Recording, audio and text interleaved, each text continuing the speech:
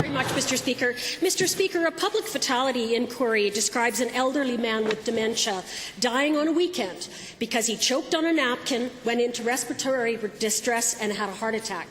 Now, if he had choked on a Monday, he might still be alive because there would have been a full contingent of staff to help him. According to the inquiry's expert, staffing levels should not vary on the weekends and should be much greater than when this senior needed help. So, to the Premier, tell me again why decreasing staffing for frail seniors just to drive down costs is okay for this province. Mr. Speaker, this is clearly beyond the pale. Staffing levels across Alberta are not reduced on weekends in continuing care facilities. Mr. Speaker, there are challenges across the country in recruiting sufficient staff for a growing number of citizens who require continuing care. But, Mr. Speaker, to suggest somehow on the basis of a report in 2010 about a very unfortunate situation that occurred with respect to a very specific set of circumstances is cause for widespread public concern is simply not fair to the residents, their families, or most importantly, the staff that care for them. Thanks very much, Mr. Speaker. Well, I know staffing is less in this facility because I am there twice a week. And I read the notice by the elevator that talked about staffing changes.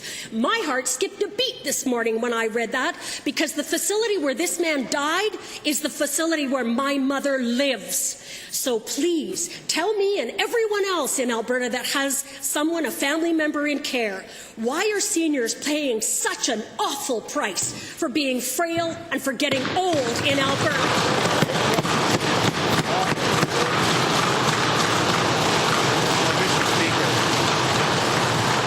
Mr. Speaker, with all due respect to the honourable member and her family's situation, I too know the facility very well in which this incident occurred.